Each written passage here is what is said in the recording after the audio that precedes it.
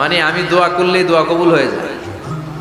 এই জীবনে আমি যত দোয়া হাত তুলে করেছি মুহূর্তের মধ্যে আমার দোয়াগুলো কবুল করে নিয়েছে কে?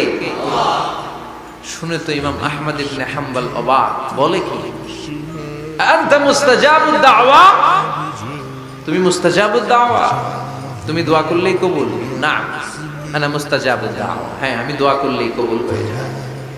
তুমি জীবনে যা দোয়া করেছো সব পেয়েছো?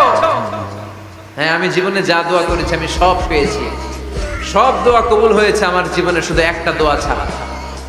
ইমাম আহমদ ইবনে হাম্বলের কৌতূহল আরো বেড়ে গেল। সব দোয়া তোমার কবুল হয়েছে, একটা দোয়া কবুল হয় নাই, সেটা আবার কি? যুবক বলতে আরম্ভ করলো, আমার যে দোয়াটা কবুল হয় নাই সেটা হচ্ছে আমি আল্লাহর কাছে অনেকবার দোয়া করেছি, আল্লাহ শুনেছি এই জামানার সবচেয়ে বড় মুহাদ্দিস, তার নাম নাকি ইমাম আহমদ ইবনে হাম্বল।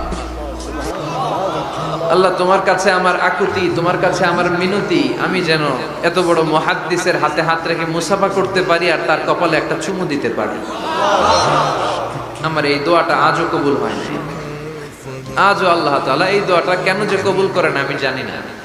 একথা শুনে ইমাম আহমদ ইবনে হাম্বল আবেগপ্রবণ হয়ে গেলেন, আর নিজেকে ধরে রাখতে পারলেন না, চোখের পানি ছেড়ে দিলেন আর বললেন, ইয়া শাব, হে যুবক, আহমদ ইবনে হাম্বলের সাথে দেখা করার জন্য তোমার আহমদ ইবনে হাম্বলের দরবারে যাওয়ার দরকার নাই, তোমার এই দোয়াটাও আল্লাহ কবুল করে নিয়েছে। আহমদ ইবনে হাম্বল দেখা দেওয়ার জন্য তোমার দরবারে ছুটে এসেছে। আনা আহমদ ইবনে হাম্বল মুহাদ্দিসুদ দাহর, আমি হচ্ছে আহমদ ইবনে হাম্বল।